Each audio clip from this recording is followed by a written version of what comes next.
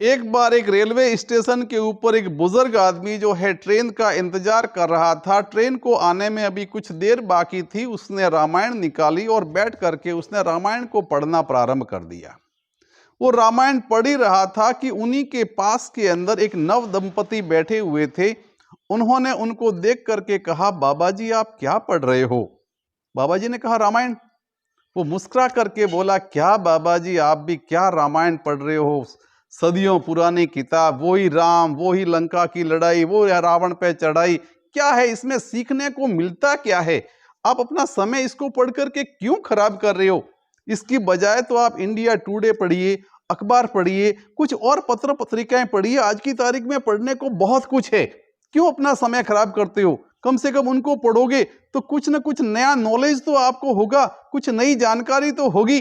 बात को सुन करके और बुजुर्ग मुस्कुराए, केवल इतना ही कहा, बेटे सब कुछ वक्त वक्त की बातें हैं, वक्त सब कुछ सिखा देता है। अभी इनकी बातें चली रही थी कि इतने के अंदर ट्रेन का सायरन बजा। ट्रेन आने वाली थी। अपना अपना सामान संभाला। संयोग से जो है दोनों ट्रेन के अंदर एक ही डिब्बे के अंदर घुस गए। वो बाबा जो थे वो पिछले गेट से घुसे और ये दंपति जो है आगे से उन्होंने प्रवेश करने का प्रयास किया।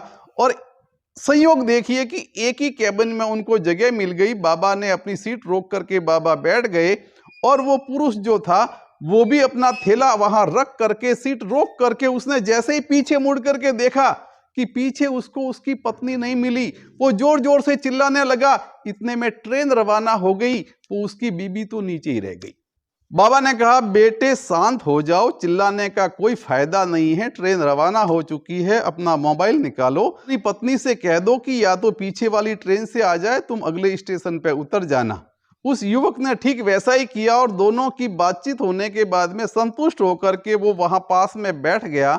जब बाबा ने देखा कि अब वो व्यक्ति अच्छी तरह से रिलैक्स हो चुका है, तब बाबा ने उस पुरुष से कहा कि बेटे एक बात कहूं? उसने कहा, बोलिए बाबा।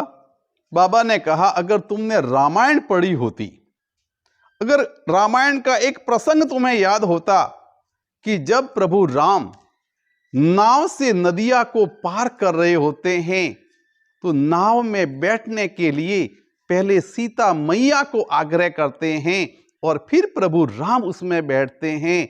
अगर रामायण पढ़ी होती तो आज तुम ये भूल नहीं करते।